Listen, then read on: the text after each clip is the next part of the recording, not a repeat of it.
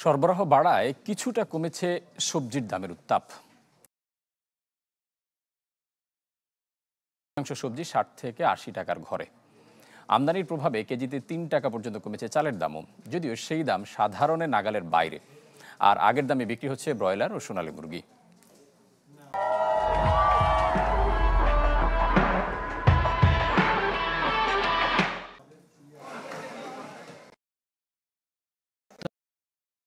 তবে স্বস্তি ফিরেছে কিছুটা। আগাম মৌসুমি সবজির সরবরাহ বাড়ায় কমতে শুরু করেছে দামও, যদিও তা রয়ে গেছে নাগালের বাইরে।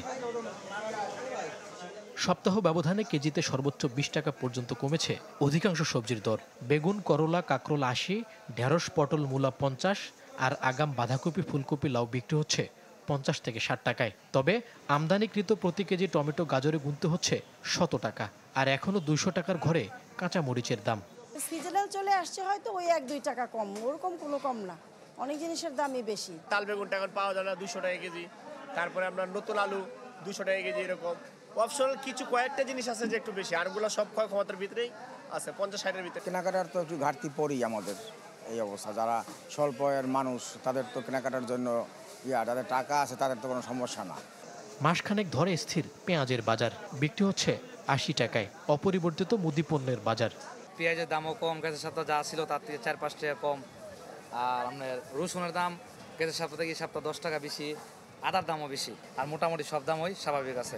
সংসারের প্রভাব পড়ছে, কারণ সব কিছুর দাম একটু বেশি। হ্যাঁ, এই জন্য মাছেরও দাম বেশি, সবজিরও দাম বেশি। আমদানির উদ্যোগে কমতে শুরু করেছে চালের দামও।